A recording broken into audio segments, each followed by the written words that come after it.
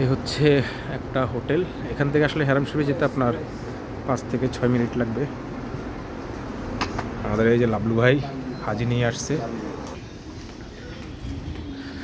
আচ্ছা ভাই, এই যে বাংলাদেশ থেকে হাজিরা আসে সবাই কিন্তু মানে সবচেয়ে থেকে বেশি কমপ্লেন করে হোটেল নিয়ে, যে এজেন্সি থেকে বলে হচ্ছে 5 থেকে 6 মিনিট, কিন্তু আসলে তারা এখানে এসে 15-20 মিনিট হচ্ছে ওয়েট করে, তাই না?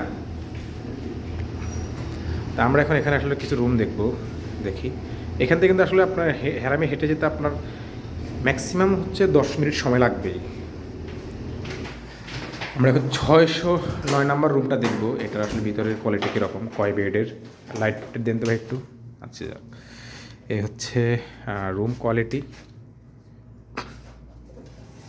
এসি, এখানে হচ্ছে আপনার জামা কাপড় রাখার জন্য একটা ওয়ার্ডরোব আছে, এক্সট্রা বালিশ আছে, টিভি আছে। এই রুমটা হচ্ছে একদম খোলামেলা রুম। আপনার এখানে কিন্তু হচ্ছে আপনার 1 2 3 4 5 6টা বেড, কিন্তু 6টা বেড হলেও কিন্তু রুমটা দেখেন বিশাল রুম। কিন্তু আপনি যথেষ্ট পরিমাণে লাগেজটাকে রেখে হাঁটাহাঁটি করার জন্য যথেষ্ট পরিমাণে জায়গা আছে। এখানে একটা ফ্রিজ আছে। দেখেন, আমি একটু ওয়াশরুমটা দেখাই।